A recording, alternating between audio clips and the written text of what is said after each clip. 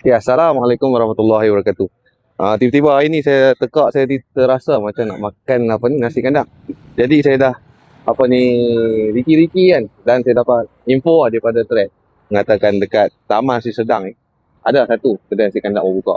Kalau tengok signboard ni kan, Taman Sri Sedang kan, dia berhadapan dengan Pasar Raya Borong Big. Jom lah kita tengok apa hal special kat sini. Dan saya nak order.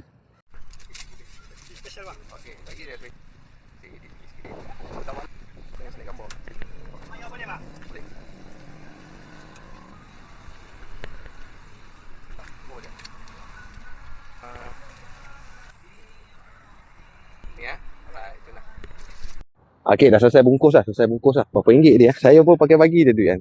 Saya pakai bagi dia duit. Mungkin lebih kurang dalam apa ni? 20. Saya rasa apa ni, RM15.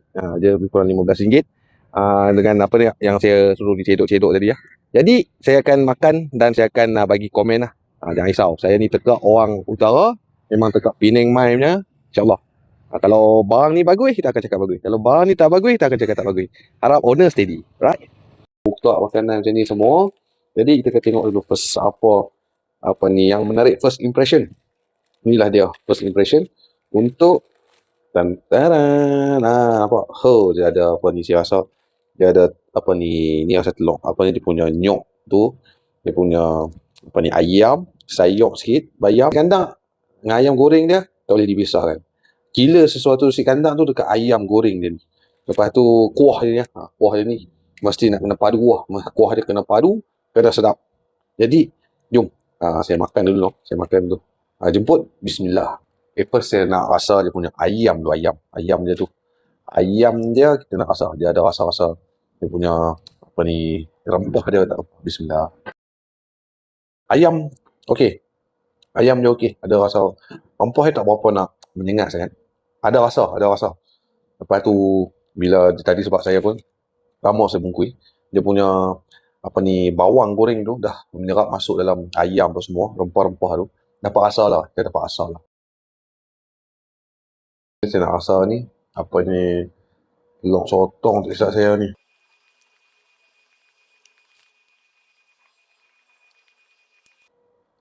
Memang okey lah.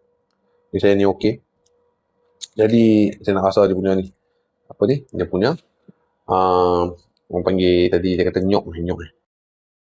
Kan nyok ni dia ada rasa masam-masam sikit. Dia rasa pedas-pedas sikit. Kan nyok ni. Ni nyok ni. Kalau siapa yang nak order tu, dia punya rasa nyok tu rasa ujung-ujung. Tapi first bite tu, first gigitan tu, kita akan rasa masam dulu, pedas dulu. Last kali baru kita akan rasa dia punya nyok. Ni buat apa owner apa ni Salam ni tadi dia punya joki cakap ni antara killer dia lah. Nyok ni selain daripada bawang goreng ni kan, nyok ni antara killer dia. Dia punya pedas tu masih lagi boleh accept lah. Punya pedas dia tu ujung-ujung je mai. Tapi dia tak berapa pedas, masih lagi okey. Kalau macam yang tak berapa sukakan pedas tu masih lagi boleh makan. Jadi bagi saya not bad. Dengan apa ni gabungan ayam, dia rasa ni telur apa ni, telur sotong ni, lepas tu dengan dia punya apa ni nyok ni, lepas tu sayur pobis yang ni sikit. Gabungan ni okey, ngam, mantap. Jadi saya makan dulu, lagi saya akan bagi lain review.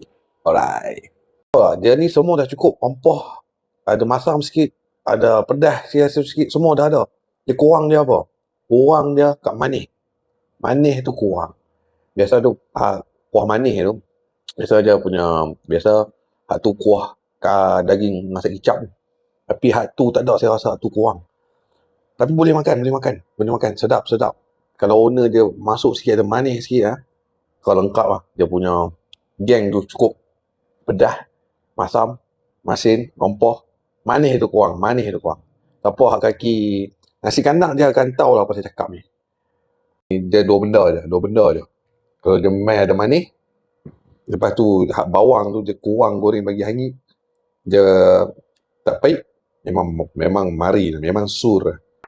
Kalau dia repair sikit tu manis dengan dia punya pahit tu untuk bawang goreng tu, memang saya rasa memang sur. Okay, saya punya video sampai sini saja. Nanti saya akan review lain makanan yang ada di sekitar kawasan saya. Bye-bye.